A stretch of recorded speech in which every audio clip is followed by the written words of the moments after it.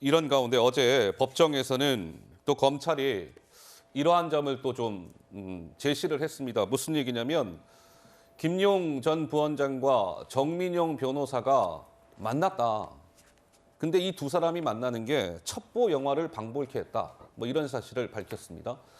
정민용 변호사 생소하시잖아요.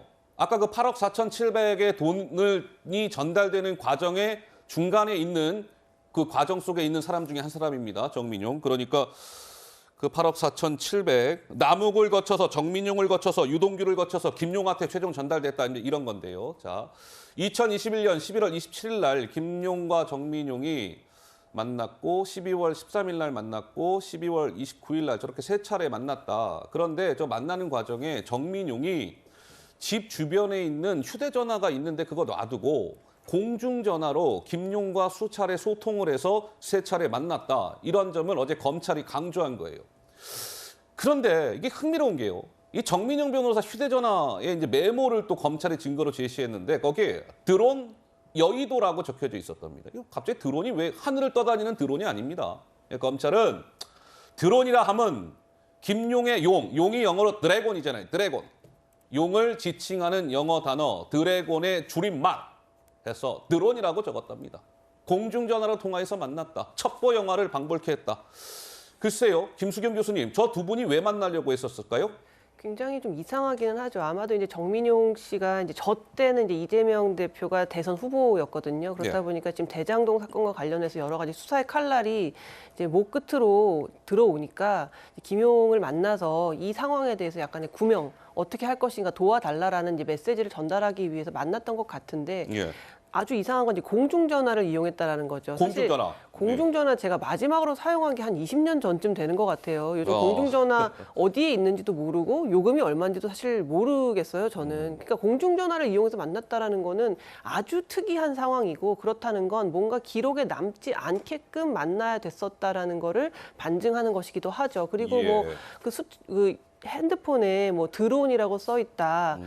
이 드론이 김용이라고 추측하는 건 너무 소설 아니냐라고 생각할 수도 있겠지만 드래곤이라고 만약에 쓰면 그건 용이잖아요. 그럴 바에야 그냥 김용이라고 쓰지 못하러 드래곤이라고 쓰겠습니까? 자기만 알아듣게 써야 되는 거예요. 누가 드론을 김용이라고 상상하겠어요. 하지만 본인은 알죠. 드래곤에서 드론으로 자기가 표기한 것이라는 걸. 근데 그렇기 때문에 드론이라고 썼고 아마 정민용 변호사가 그렇게 설명을 했겠죠.